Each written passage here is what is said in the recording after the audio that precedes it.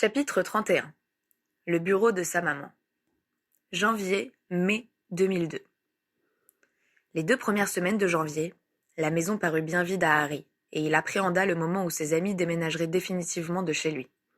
Il en toucha un mot à Ginny, qui fit par la suite des efforts pour revenir le plus souvent possible au Square Grimore. Même si l'annonce publique de leur relation n'était toujours pas à l'ordre du jour, cela réconforta grandement Harry.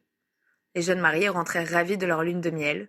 Il n'y eut pas tellement de changements visibles dans la vie de tous les jours, si l'on exceptait leur nouvelle propension à se désigner mutuellement sous les vocables « mon mari » et « ma femme ». Il avait été établi qu'ils resteraient Square Grimore le temps que leur future maison soit définitivement choisie. Conscients que leur cohabitation serait bientôt terminée, les 4 amis organisaient des sorties ou des activités communes quand ils arrivaient à se retrouver tous les 4 pour la fin de la semaine. « Et si on allait au musée demain ?» proposa Hermione un vendredi soir. « Au quoi ?» demanda Ginny. « Un endroit où on met de belles choses pour que tout le monde puisse les voir, » lui expliqua Harry. Hermione en profita pour leur faire une conférence sur la gestion de l'art dans le monde magique. « Contrairement aux Moldus, leur apprit-elle, les sorciers britanniques n'ont pas ce genre d'organisation et les collections sont rarement accessibles à tous. On ne les retrouve que chez des amateurs qui les ont acquises ou dans la famille des artistes. Ce patrimoine est donc conservé de façon privée. Je suis d'ailleurs étonnée qu'il y ait aussi peu d'œuvres de valeur dans cette maison. À peine quelques portraits. Soit les Blacks étaient allergiques à l'art, soit les pièces qu'ils ont possédées ont été vendues ou volées. »« On demandera à Créature, » répondit Harry. « Peut-être que les parents de Sirius considéraient les têtes d'elfes empaillées de la cage d'escalier comme le clou de leur collection, » proposa Ron. « En fait, » reprit Hermione en foudroyant son mari du regard, « Poudlard est le seul endroit où j'ai pu admirer de l'art sorcier. Dommage qu'une visite guidée du château ne soit pas prévue. En histoire de la magie, par exemple, » regretta-t-elle. « Écris à Brocklehurst pour lui en parler, » suggéra Ginny. « Il sera peut-être intéressé. » Très bonne idée, et je vais en toucher 2 mots à Molly. Elle pourra proposer au conseil d'administration de son école de rajouter un cours d'initiation à l'art. « Ils ne sont pas un peu jeunes ?» demanda Ginny sceptique. « On peut faire visiter des musées aux enfants de 3 ans, » opposa Hermione. « Il suffit de bien préparer la séance et de ne pas la faire durer au-delà de 20 minutes. Tu devrais essayer avec Teddy, Harry. Ma mère m'a dit que j'adorais ça quand j'étais petite. » Le regard dubitatif de Ron apprit à Harry qu'il ne considérait pas l'attirance d'Hermione durant son enfance comme très représentative. Lui-même avait de vagues réminiscences de ce genre de visite avec son école, mais n'avait pas l'impression d'en avoir gardé un souvenir impérissable, si ce n'était les détestables sandwichs aux œufs que lui préparait Pétunia pour ces occasions. Hermione leur tendit un catalogue du British Museum qu'elle avait amené et les invita à le feuilleter. Ils admirent que les pièces photographiées étaient intéressantes et acceptèrent de se déplacer pour les admirer pour de vrai le lendemain après-midi. Ce fut un choc. La taille du bâtiment, le nombre d'artefacts présentés, l'ancienneté des objets, leur beauté, tout cela les impressionna grandement. Ils déambulèrent longuement dans les galeries, voyageurs dans le temps et l'espace, sans porte-loin ni retourneurs de temps. Harry se demanda comment il avait pu oublier que de tels trésors étaient à la portée de tous. Sans doute n'était-ce pas un sujet de conversation courant chez les Dursley. Avant de quitter l'endroit, Harry acheta à la librairie du musée un livre-guide destiné aux plus jeunes et l'offrit à Teddy dès le lendemain. 2 jours plus tard, il profita d'un jour de repos pour emmener son filleul à la découverte de l'art assyrien. L'enfant fut effectivement fasciné par la représentation des lions sur les bas-reliefs, cela changeait des dragons, et il adora toutes les statues animalières qu'il rencontra. Son petit livre à la main, il criait de joie quand il reconnaissait une œuvre et se montra particulièrement ravi par la glace que Harry lui offrit à la cafétéria du musée pour clore leur visite. 2 semaines plus tard, Hermione décida de les emmener à la Tate Britain. Harry et Ron furent moins sensibles à l'art plus moderne qui y était présenté. Par contre, Ginny tomba en admiration devant la peinture impressionniste. « Tu viens, Ginny ?» finit par dire Harry, qui s'impatientait après qu'elle eût passé 10 minutes en extase devant un Monet. « On a encore plein de salles à visiter. »« Oui, oui, » répondit distraitement son ami. « Mais qu'est-ce qui te passionne à ce point ?» s'étonna le jeune homme. « C'est qu'une mare ?»« Tu ne te rends pas compte que cette représentation est magnifique ?» lui retourna Ginny. « Elle me paraît surtout floue. »« C'est parce qu'il a peint ce qu'il voyait dans sa tête, pas la réalité, » intervint Hermione. « Ah, il était myope, » comprit Harry. « Continue ta visite, Harry, » le rembarra Ginny. « On se retrouve à la cafétéria, d'accord ?» La semaine d'après, à la Tate Gallery, Ron et Harry restèrent très perplexes devant un visage réalisé par Picasso. « C'est un portrait, tu es sûr ?» demanda Ron dubitatif à Hermione. « Oui, » répondit la jeune femme. Le peintre a voulu représenter sur la même toile cette femme de face et de profil. C'est pour cela qu'elle a 3 yeux et 2 bouches. Heureusement que cette peinture ne parle pas, commenta Ron visiblement horrifié à cette idée. Hermione ne répondit pas, se contentant de soupirer. Les semaines suivantes, considérant qu'elle avait fait de son mieux pour l'éducation de ses amis, Hermione les orienta plutôt vers le cinéma. Ils commencèrent par le journal de Bridget Jones, qui les divertit beaucoup, même si de nombreuses références culturelles leur passèrent au-dessus de la tête. Ils furent cependant étonnés de la liberté de mœurs que révélait l'histoire. Ainsi que l'avait fait remarquer Molly quelque temps auparavant, ils étaient la première génération à pouvoir envisager de vivre en couple sans être mariés. Et même pour des jeunes femmes indépendantes comme Ginny et Hermione, le mariage restait socialement parlant une fin souhaitable. Le célibat militant de l'héroïne fit beaucoup jaser les deux sorcières. Mais peut-être en rajoutait-elle pour faire comprendre à leur petite amie ou mari qu'on pouvait très bien se passer d'eux. La semaine d'après, quand Hermione leur proposa un film français, ils furent d'abord dubitatifs. Ils apprécièrent cependant beaucoup le fabuleux destin d'Amélie Poulain. Ils furent particulièrement amusés par l'histoire du gnome de jardin qui voyageait à travers le monde. En soirée, ils tentèrent aussi les pubs. La bière moldue leur parut plus amère que la bière au beurre, mais cela se laissait quand même bien boire. Hermione les amena même dans une boîte de nuit, mais ils ne restèrent pas longtemps, désorientés par l'excès de bruit et l'épaisse fumée de cigarettes.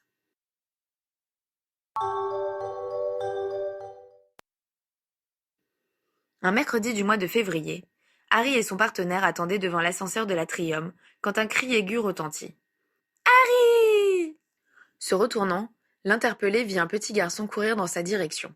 Il eut juste le temps d'ouvrir les bras pour y recevoir son filleul. « Teddy !» s'exclama une voix courroucée. « Je t'ai dit de rester près de moi !»« Bonjour, Andromeda !» la salua Harry. « Tout va bien, je l'ai récupéré. »« Je suis désolée !» dit-elle en arrivant essoufflée. « Normalement, il est très sage. »« Il n'y a pas de mal, » la rassura Harry. « Permettez-moi de vous présenter mon partenaire, Stanislas Pritchard. Voici Andromeda Tonk, la nomma-t-il pour son coéquipier. » Pritchard, qui avait jusque-là observé la scène d'un air amusé, prit une expression plus sérieuse. « Enchanté de faire votre connaissance, madame, » lui dit-il sobrement. « J'appréciais beaucoup votre fille. »« Je vous remercie, monsieur, » répondit-elle avec la gravité digne qui la caractérisait quand on évoquait devant elle un de ses proches disparus. « Allons, Teddy, dis au revoir et viens avec moi. »« Harry, je peux visiter l'endroit où maman travaillait ?» demanda timidement le petit garçon. « Teddy !» le tensa sévèrement Andromeda. « Je t'ai déjà expliqué que ce n'était pas possible. » Harry lança un coup d'œil à Pritchard, qui semblait fasciné par l'enfant. L'Aurore senior haussa imperceptiblement les épaules. « On peut s'arranger, » assura Harry à Andromeda. « La plupart de nos collègues sont sortis. Cela ne dérangera personne. »« Je ne veux pas vous faire perdre votre temps, » hésita encore la grand-mère. « Aucun problème, madame, » renchérit Pritchard. « Cela nous fera plaisir. »« Je dois me rendre tout de suite au niveau 1, » objecta Andromeda. « Quand aurez-vous terminé ?» s'enquit Harry. « D'ici un quart d'heure, mais... »« On se retrouve dans 20 minutes dans l'Atrium, » proposa Harry. Il la vit hésiter, mais le regard suppliant de son petit-fils la fit fléchir. « Tu seras bien sage, Teddy, » capitula-t-elle. « Oui, grand-mère, » promit-il de son air le plus vertueux. « Bon, je te le confie, Harry. » Harry reposa Teddy et le prit par la main. Ils entrèrent ensemble dans le premier ascenseur qui se présenta. Ils quittèrent Andromeda au niveau 2, tandis qu'elle continuait vers l'étage supérieur. Harry se demanda ce qu'elle venait faire au ministère. Sans doute une démarche liée à sa pension de veuve, supposa-t-il après réflexion. Arrivant devant les portes du QG, Harry prévint Teddy. « Tu restes près de moi et tu ne touches à rien, d'accord ? Et tu parles tout bas. Il ne faut pas déranger les aurores qui travaillent. »« Oui, Harry, » fit le petit garçon de son air le plus innocent. Et pour montrer qu'il avait bien compris, il fit le signe de tourner une clé devant sa bouche. Dans son élan, son nez suivit le mouvement et se tordit avant de se remettre en place. Pritchard leva un sourcil en constatant cette démonstration inconsciente de métamorphomagie, mais ne fit aucune réflexion. Ils entrèrent et Harry mena l'enfant vers son bureau. Sur leur passage, leurs collègues leur jetaient des regards surpris, amusés, curieux ou sévères, en fonction de leur tempérament. Teddy fut très intéressé par les diverses notes et images animées qui tapissaient l'espace personnel de Harry. Il se montra ravi de se retrouver sur la photo qui représentait tous ceux qui se réunissaient le dimanche au terrier. Seule façon que Harry avait trouvé d'avoir Ginny sous les yeux, sans souligner sa relation avec elle. examina longuement le cliché où l'équipe de Quidditch des Aurores recevait la coupe du ministère. Il contempla ensuite les portraits robots des mages noirs et rafleurs en fuite que les Aurores mémorisaient pour les reconnaître si jamais ils croisaient leur chemin. « Ce sont des méchants » demanda Teddy. « Oui, » répondit Harry. « Ils vont aller à Azraban alors » jugea Teddy. « On va essayer » assura Harry. « On recrute de plus en plus jeunes » fit une voix amusée derrière eux. Teddy sourit largement en reconnaissant Owen. « Je visite le travail de ma maman » lui indiqua l'enfant d'un ton important. « C'est sa table » demanda-t-il à Harry en désignant le bureau devant lequel il se trouvait. Harry se tourna vers Pritchard d'un air interrogateur. « Viens avec moi, mon bonhomme, fit celui-ci en tendant la main au petit garçon. Je vais te montrer où ta maman s'asseyait. Harry les suivit tandis qu'ils traversaient la pièce. Ils s'arrêtèrent devant Janice Davenport, qu'en son fort intérieur, Harry surnommait toujours Bandeau Vert. « Quoi » fit-elle d'une voix peu amène, manifestement guère encline à perdre son temps avec un gamin en visite. « C'est un petit garçon qui voudrait voir le bureau où travaillait sa maman, » expliqua suavement Pritchard. Janice dévisagea l'enfant avec acuité, puis regarda son collègue comme pour chercher confirmation de ce qu'elle venait de comprendre. Quand elle reporta son attention sur Teddy qui se pressait intimidé contre les jambes de son guide, Harry vit pour la première fois cette dure à cuire se laisser gagner par l'émotion. C'est d'une voix radoucie qu'elle dit au garçonnet. « Ta maman travaillait à mon bureau. Tu veux t'asseoir sur sa chaise ?» Comme Teddy hochait la tête en silence, elle se leva et l'invita à prendre place. Une fois qu'il fut installé, elle précisa. Là, à côté, il y avait Kingsley Shacklebolt, notre ministre de la magie. Tu as dû le voir dans le journal. « Je le connais en vrai ?» lui apprit Teddy. « Il m'a donné un livre sur Merlin avec des images. C'est mon livre préféré. » « Tu as de la chance, » commenta gentiment Davenport. « Attention, ne touche pas à ça. Tu vas mettre de l'encre partout. » D'un air coupable, l'enfant ramena sa main sur ses genoux. « Tu as déjà écrit avec une plume magique ?» lui demanda Davenport. « Ron m'en a donné une, mais grand-mère l'a reprise, » se désola Teddy. « Mais on ne voit plus la tache sur le fauteuil ?» précisa-t-il pour sa défense. Tandis que Harry réprimait un sourire à ce souvenir, sa collègue se saisit alors d'une plume de vérité conforme et la disposa au-dessus d'un parchemin. « Dis ce que tu as envie d'écrire, » encouragea-t-elle le petit garçon. « Teddy » tenta-t-il. Il s'exclama quand son nom s'inscrivit sur la feuille. Mais en regardant le résultat de plus près, il avoua d'un ton déconfit. « Grand-mère ne m'a pas encore montré les lettres rondes. » Janice Davenport reprit la plume qui continuait à transcrire et l'enchanta différemment. « Recommence, » l'encouragea-t-elle. « Teddy. »« Oh, je peux lire maintenant !» s'exclama l'enfant découvrant son nom écrit en capitales. « Maman, papa, grand-mère, Harry !» débita-t-il d'un ton ravi. Harry le laissa faire un petit moment. « Dragon, baguette, citrouille, sieste !» avant d'intervenir pour libérer sa collègue. « Grand-mère doit nous attendre, il faut y aller. » Teddy gratifia Davenport d'un de ses plus beaux sourires et commenta en descendant du siège. « Ce matin, grand-mère a promis que j'aurai des choco-grenouilles pour le goûter si je suis sage. Tu lui diras que je l'ai été ?» s'inquiéta-t-il auprès de Harry. « Tu pourras lui donner ce papier pour le lui prouver, » dit Davenport en reprenant sa plume et roulant le parchemin pour le lui confier. « Merci, » répondit-il poliment en commençant à s'éloigner avec Harry.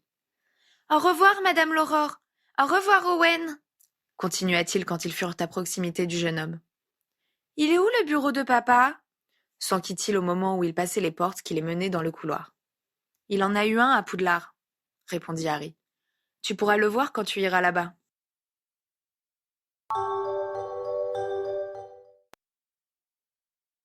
Au début du mois de mars, les aspirants aurores de troisième année eurent de nouveau un cours magistral délivré par leur commandant.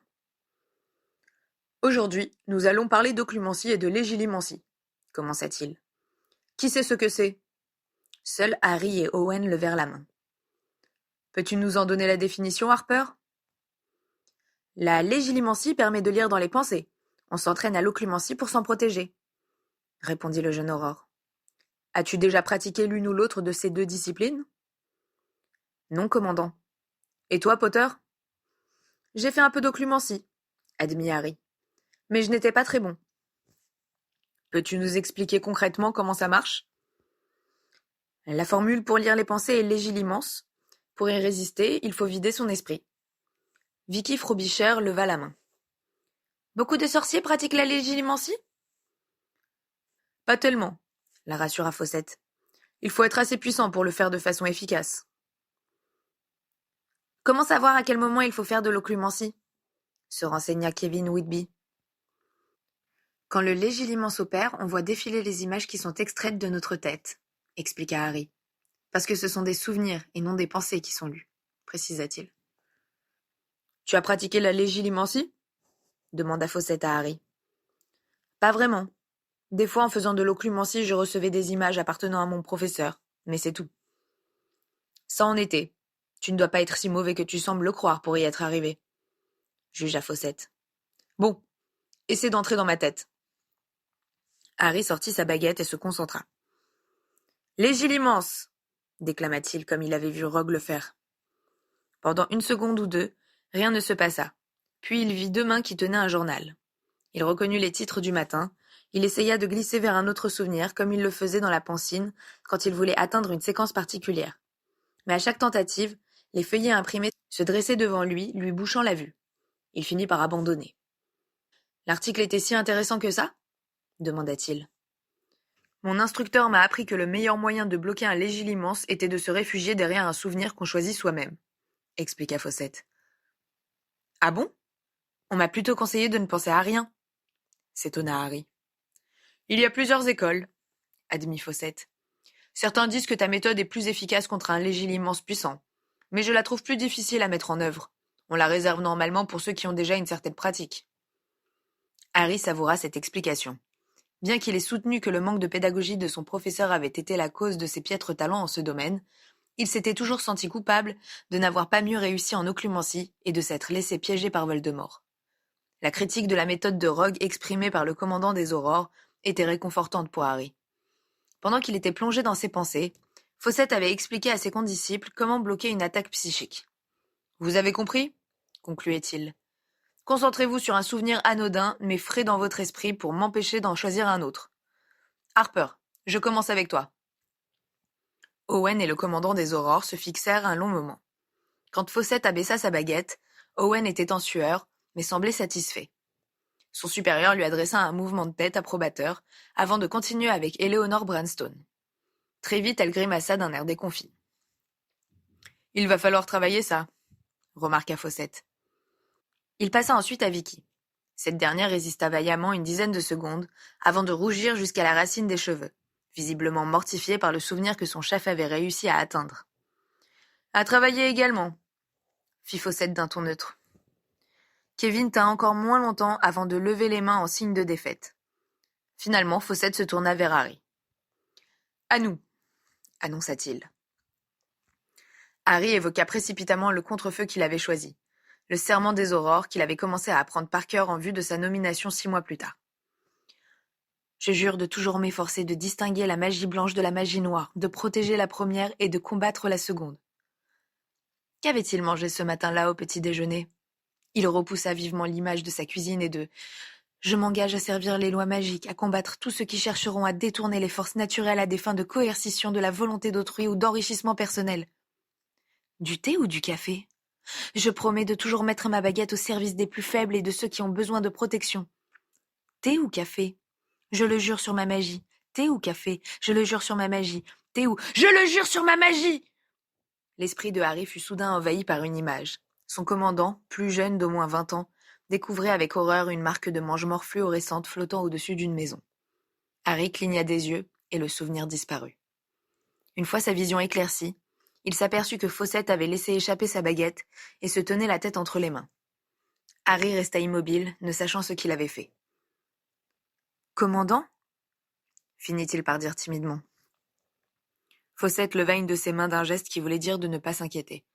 Il avait cependant l'air secoué quand son visage redevint visible. « Désolé, » dit platement Harry, gêné par les regards de ses camarades. « Ce n'est pas ta faute, » le rassura son formateur. « Je n'aurais pas dû essayer de forcer. Enfin, j'espère que te voilà tranquillisé sur tes capacités en la matière. Et je confirme, c'est bien de la légilimencie ce que tu viens de faire. » Harry lut dans les yeux de ses camarades une immense curiosité au sujet du souvenir qu'il avait réussi à dérober à son commandant. Il échangea un sourire triste avec lui. Fawcett se pencha pour récupérer sa baguette, puis annonça. « D'ici votre examen, faites des exercices ensemble dans ces matières. Le but est que vous reconnaissiez une attaque et que vous sachiez y résister.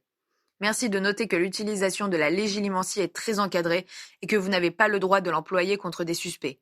S'ils s'en rendent compte, ils peuvent porter plainte et annuler toute la procédure qu'on aurait engagée contre eux. » Les aspirants consignèrent consciencieusement ce dernier point, puis rangèrent leurs affaires.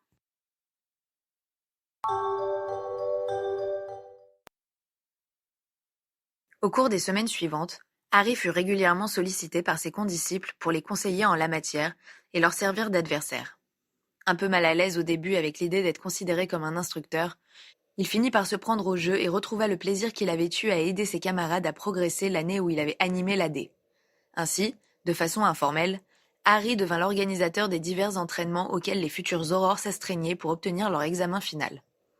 Ce fut durant cette période que Fawcett fit signe à Harry de le rejoindre dans son bureau. Surpris, le jeune homme regarda Pritchard, qui confirma qu'il devait y aller, mais sans faire mine de le suivre. Tout en se levant, Harry se demanda s'il avait fait une bêtise ces derniers temps, mais sa conscience était nette. Fawcett lui fit signe de prendre place dans un fauteuil et commença. « Comme tu l'as sûrement constaté, nous n'avons pas fait de recrutement depuis l'arrivée de ta promotion. » Harry hocha la tête. « Nous avons fait rentrer 10 nouveaux aurores en 2 ans, et j'ai voulu leur donner le temps de s'intégrer avant de faire venir d'autres aspirants. Mais nos effectifs sont vraiment justes, et je dois parfois jongler pour gérer les congés et les maladies. » Harry interrogea son chef du regard, ne comprenant pas en quoi il était concerné. « J'ai pris contact avec Poudlard, » continuait le commandant. « Le professeur Williamson m'a fait savoir qu'un certain nombre de ses élèves de 7e année ont les compétences et le profil que nous recherchons. Mais la plupart d'entre eux n'ont pas indiqué vouloir devenir aurore lors de leur conseil d'orientation. Visiblement, notre métier ne paraît plus aussi attractif depuis que nous avons mis la plupart des mange-morts connus sous les verrous. Sans doute croit-on qu'il n'y a plus de mages noirs à combattre. » Harry devait admettre que, même s'il ne regrettait pas son choix de carrière, son travail était plus tranquille et monotone qu'il l'avait imaginé. « J'ai décidé d'aller à la rencontre des étudiants et leur parler un peu de nos activités, histoire de faire naître des vocations. » Harry commençait à comprendre. Quelque chose lui disait qu'il allait se retrouver d'ici peu à faire de la retape à Poudlard. « J'aimerais que tu viennes avec moi, » indiqua effectivement Fawcett. « Je sais que tu n'apprécies pas tellement te produire en public, mais cela me rendrait vraiment service. Je ne te demande pas de t'engager tout de suite. Prends quelques jours pour réfléchir et donne-moi ta réponse d'ici la fin de la semaine, d'accord ? » « Je vais y penser, » indiqua Harry, comprenant que l'entretien était terminé. Retournant à sa place, il vit au regard que lui lança son partenaire que celui-ci savait parfaitement de quoi il retournait. Mais ni l'un ni l'autre ne firent allusion à ce qui avait été dit dans le bureau de leur chef. Le soir même, Harry fit part de cet entretien à Ron, Hermione et Ginny.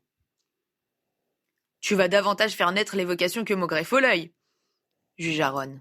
« Tu vas accepter d'y aller ?» demanda Ginny. « Je peux difficilement refuser de faire ça pour mon service, » soupira Harry. « Ne fais pas cette tête, Harry. Pense à toutes les étudiantes de 7e année, » positiva Ron. « Aïe !» ajouta-t-il rapidement, laissant supposer que Ginny lui avait décoché un coup de pied sous la table. À moins que ce ne soit Hermione. « Tu as une idée de ce que tu vas dire ?» demanda justement celle-ci. Il nota que son amie n'imaginait pas une seconde qu'il tenterait de se dérober à son devoir. Et elle avait raison d'ailleurs. Harry soupira.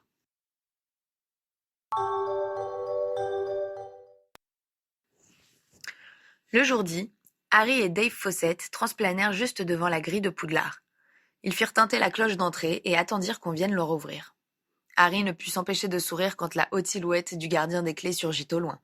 « Hagrid, comment ça va ?»« Très bien, Harry, très bien !» s'écria le géant en le serrant contre lui. « Je suis heureux de te voir. »« Moi aussi, Hagrid, » répondit Harry quand il eut retrouvé l'usage de ses poumons.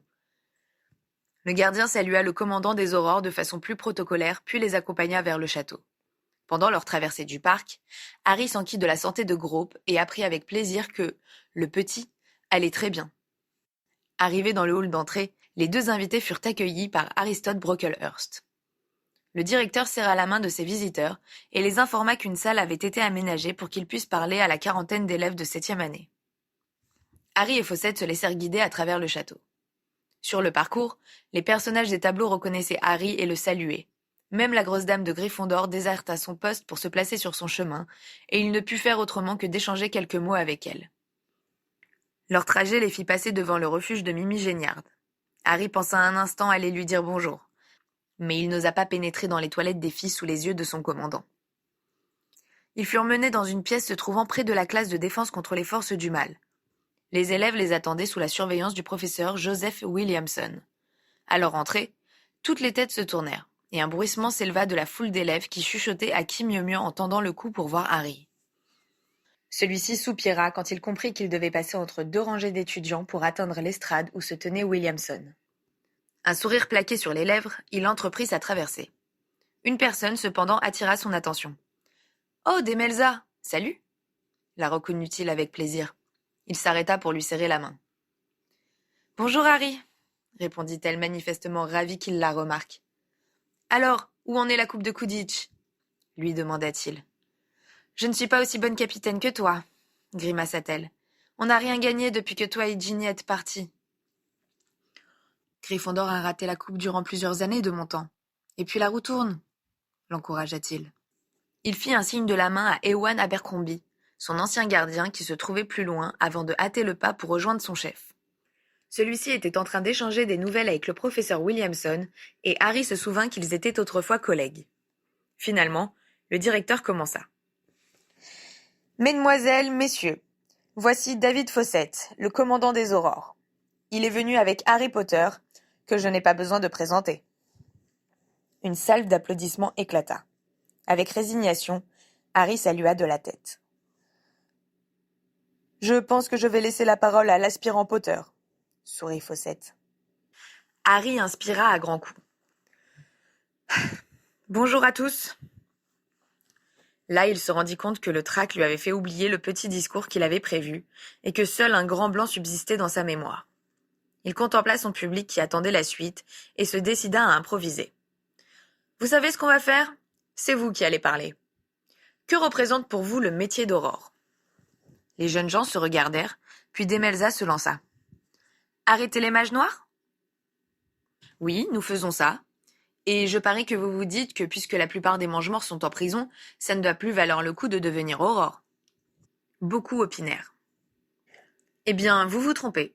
Notre périmètre est bien plus large et comprend tout ce qui pourrait révéler un crime grave. Nous enquêtons sur toutes les morts suspectes et sur les trafics de produits pouvant être utilisés en magie noire. Nous faisons des recherches, des interrogatoires, nous recoupons les informations et tentons d'obtenir des renseignements. « Vous avez des indices ?» demanda un jeune homme. « Oui, bien sûr. Quel est ton nom ?»« Ce n'est pas pour mes fichiers, » assura Harry en voyant son mouvement de recul. « C'est juste que je trouve plus agréable de savoir avec qui je parle. »« Peter Tickey ?» répondit-il d'une voix mal assurée. « Donc, comme je disais, oui, Peter, nous avons des indices. Nous devons gérer ce genre de relations, estimer la valeur de leurs déclarations, décider ce qu'on peut leur donner en échange de leurs informations.